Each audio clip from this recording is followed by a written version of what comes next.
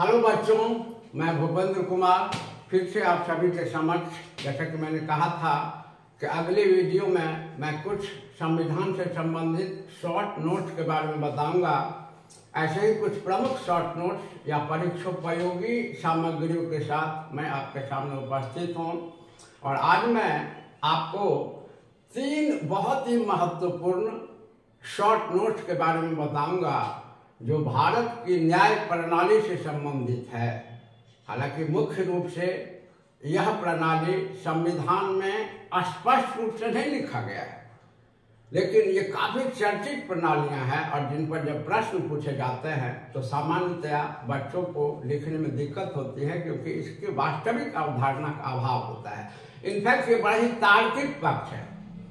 ऐसे 3 टॉपिक्स में मैं आपको पढ़ाऊंगा: न्यायिक पुनर्विलोकन, जुडिशियल रिव्यू, दूसरा जनहित याचिका, पब्लिक इंटरेस्ट लिटिगेशन, और तीसरा जो सबसे चर्चित है वर्तमान भारतीय न्याय प्रणाली में विषय, भारतीय न्याय प्रणाली में कॉलेजियम सिस्टम, जिसके पूछे जाने की संभावना बहुत ही प्रबल है।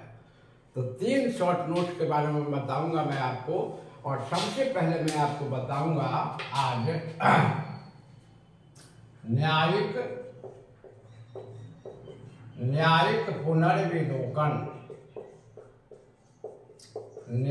पुनर्विलोकन, जिसको अंग्रेजी में कहते हैं जुडिशियल रिव्यू।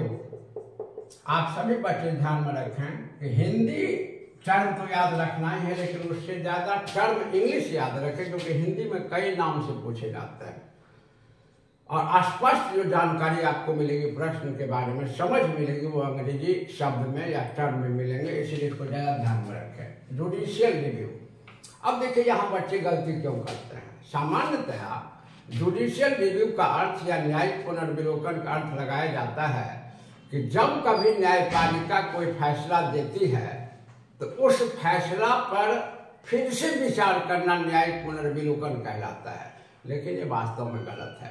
न्यायिक पुनर्विलोकन का अर्थ उसके शब्द के अनुसार नहीं है। न्यायिक पुनर्विलोकन का अर्थ शब्द से कुछ अलग है। न्यायिक पुनर्विलोकन के बारे में जब लिखेंगे तो उसमें इतना मटेरियल आपके पास होना चाहिए कि एक शॉर्ट नोट्स आपका तैयार हो जाए। तो इसकी पृष्ठभूमि को लेना पड़ेगा। और जैसा कि हम सभी जानते हैं कि भारतीय न्याय प्रणाली की अधिकांश परंपराएं या व्यवस्थाएं अमेरिकी न्याय प्रणाली से संबंधित है, और जुडिशियल रिव्यू की जो बात है यह अमेरिकन न्याय प्रणाली से संबंधित है। आपको जानकारी हो कि न्यायिक पुनर्विलोकन के संबंध में सबसे पहले जो अवधारणा स्पष्ट हुई थी वह अमेरिकी न्याय प्रणाली में हुई थी, और 1803 ईस्वी में अमेरिका के चीफ जस्टिस, उस काल के चीफ जस्टिस मुख्य न्यायाधीश थे जॉन मार्शल, और जॉन मार्शल ने पहली बार एक केस के संदर्भ में न्यायिक पुनर्विलोकन के शब्द को स्पष्ट किया था। और न्यायिक पुनर्विलोकन जो है यह संविधान की सर्वोच्चता का संरक्षक है। जैसा कि आप सभी जानते हैं कि भारत के शासन में संविधान को सर्वोच्च बनाया गया है ना, और संविधान की सर्वोच्चता का संरक्षक न्यायिक पुनर्विलोकन है। और सुप्रीम कोर्ट ने भी इस बात को कहा है कि न्यायिक पुनर्विलोकन यद्यपि अमेरिकी न्याय प्रणाली का उद्भव है, लेकिन भारत के संविधान में अप्रत्यक्ष रूप से अनुच्छेद 13 और अनुच्छेद 32 के तहत, हालांकि इसके बहुत सारे अनुच्छेद होते हैं, लेकिन शॉर्ट नोट में आप 2 अनुच्छेद को लिख करके काम चला सकते हैं। अनुच्छेद 13 और अनुच्छेद 32 के तहत न्यायिक पुनर्विलोकन के अधिकार का विवरण दिया जा सकता है, सुप्रीम कोर्ट ने कहा।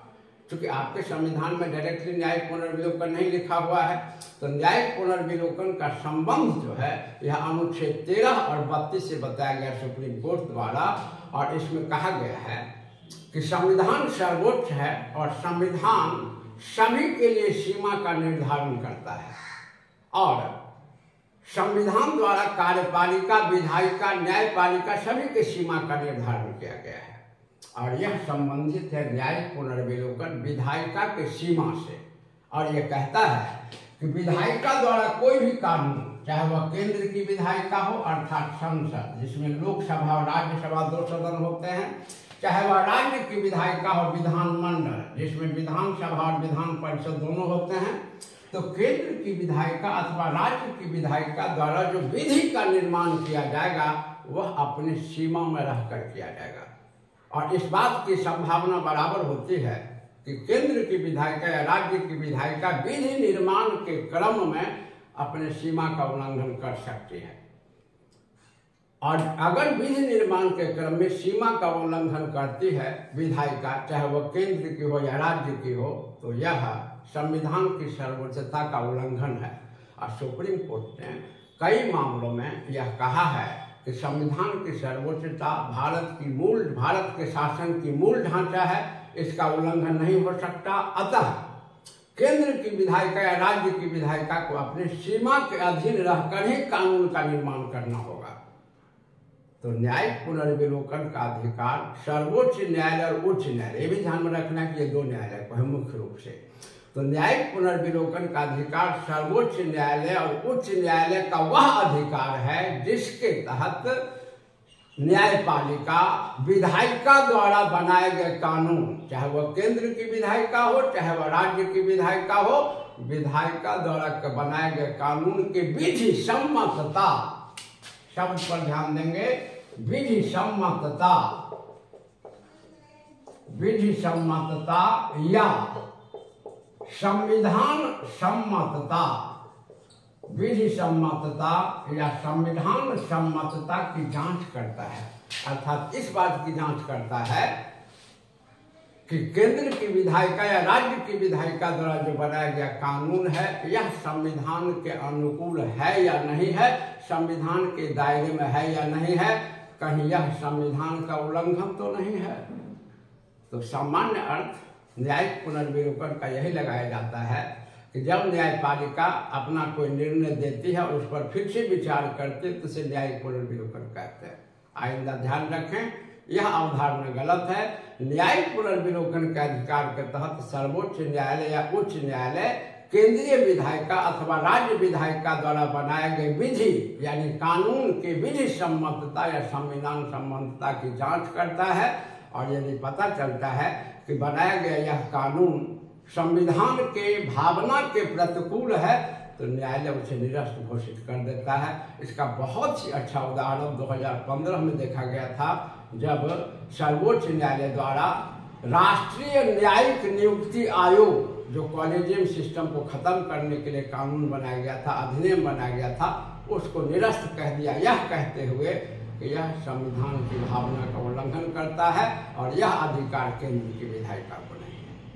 तो न्यायिक पुनर्विलोकन का अधिकार, न्यायिक पुनर्विलोकन के अधिकार के तहत न्यायपालिका विधायिका द्वारा बनाए गए कानून के विधि सम्मतता या औचित्य की जांच करता है।